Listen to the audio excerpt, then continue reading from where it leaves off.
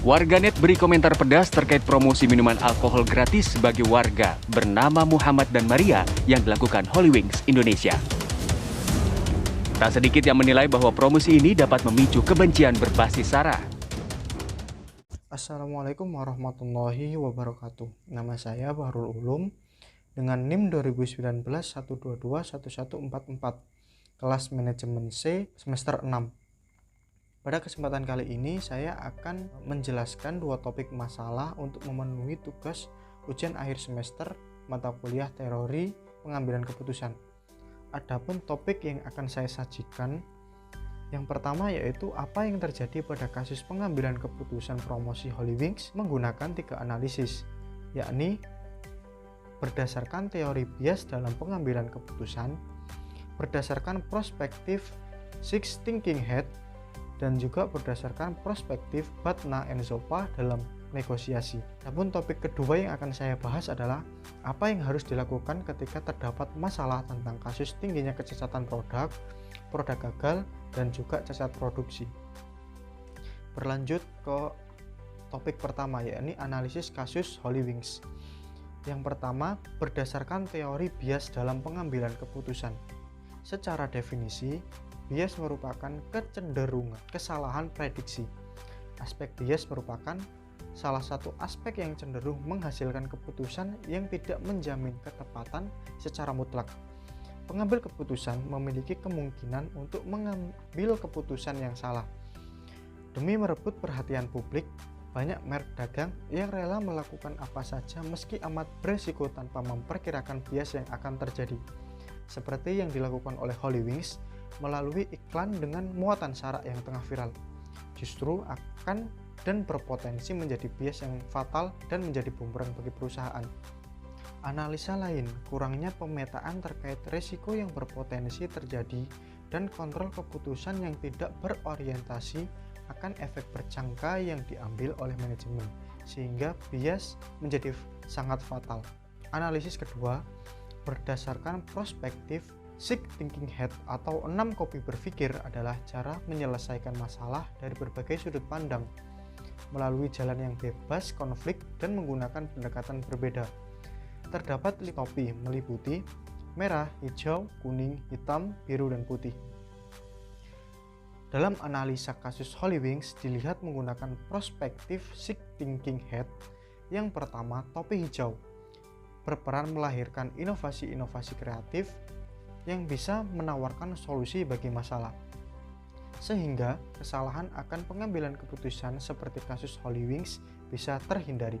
Yang kedua, berpikir menggunakan topi merah, berarti mempertimbangkan segala sesuatu berdasarkan emosi, yang dimana memposisikan apabila keputusan ini diambil, kontroversi dan dampak yang terjadi seperti apa, sehingga keputusan ini bisa dikendalikan efeknya. Yang ketiga, pemakai topi kuning perlu menanamkan mindset bergerak maju meski keadaan sangat sulit. Dalam kasus Holy Wings, alasan diambilnya keputusan bermuatan sara adalah untuk meningkatkan penjualan dan pemasukan perusahaan. Dipandang dari sisi laba memang menguntungkan, tetapi berdasarkan aspek lain sangat menimbulkan kontroversi yang membahayakan kelangsungan perusahaan sendiri. Keempat, topi hitam melihat sisi negatif dapat membantu merancang perencanaan lebih baik guna menangkal hal-hal negatif ke depannya, serta memperbaiki kekurangan dan risiko fatal sebelum mengambil langkah maju. Hal inilah yang saya amati belum diterapkan di Holy Wings karena tidak adanya kontrol terkait strategi marketing yang baik, sehingga ketika keputusan dijalankan dan menuai kontra publik, manajemen tidak bisa meminimalisir dampaknya. Yang kelima, topi biru diharapkan dapat mengatur jalannya diskusi. Misal, ketika ide mengering, mereka akan mengerahkan topi hijau. Dalam kasus ini, kurangnya manajemen kontrol ke atas yang tidak optimal yang menjadikan keputusan menjadi bumerang. Keenam, topi putih bertugas sebagai analis. Kita diminta untuk membuahkan hasil analisis berdasarkan observasi lingkungan sekitar. Dalam analisis kasus Holy Wings sangat membuat masyarakat geger dan marah akan kebijakan Holy Wings yang seharusnya manajemen Holy Wings bisa mengukur apakah masyarakat bisa menerima kebijakan tersebut atau tidak. Analisis ketiga berdasarkan perspektif Batna dan Zopa dalam negosiasi.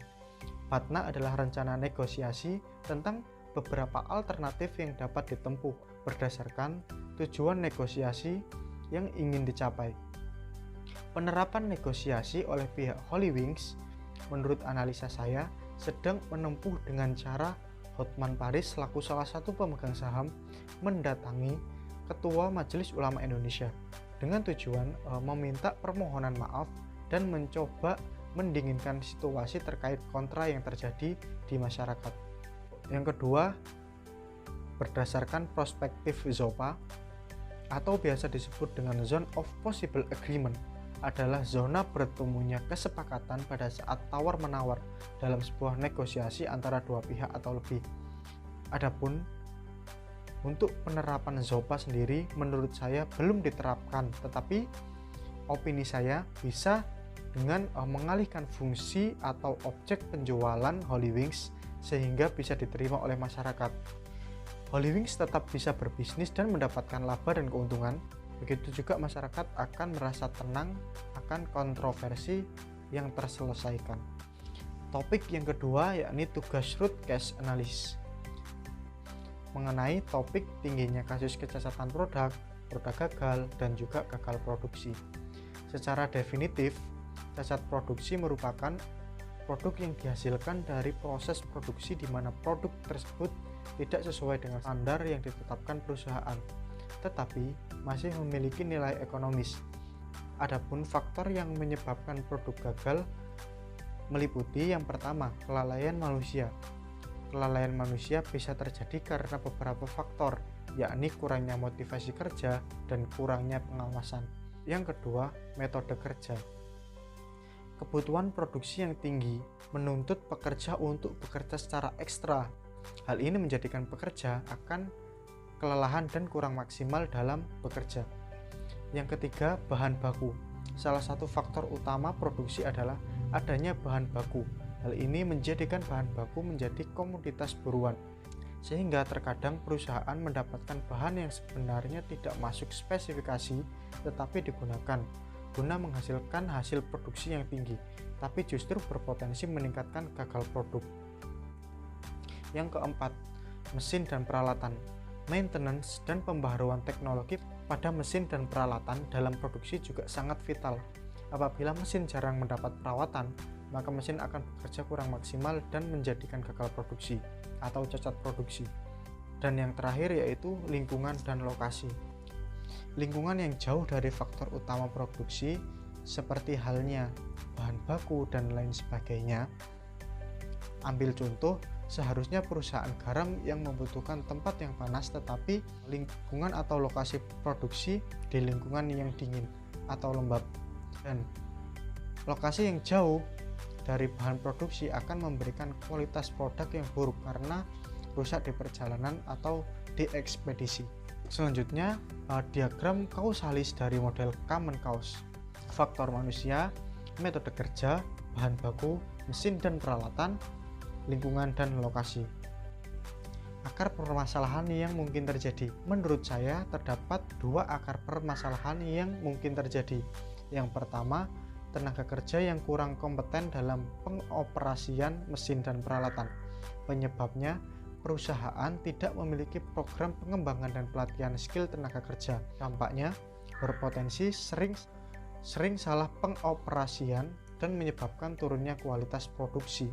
Akar permasalahan yang kedua, yakni mesin dan peralatan yang sering mengalami kerusakan.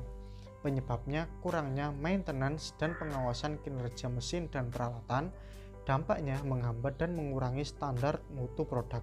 Adapun opsi penyelesaian masalah tersebut bisa dilakukan sebelum, saat, dan sesudah. Yang pertama yaitu pemeriksaan sebelum produksi, baik bahan baku, mesin, dan elemen produksi lainnya.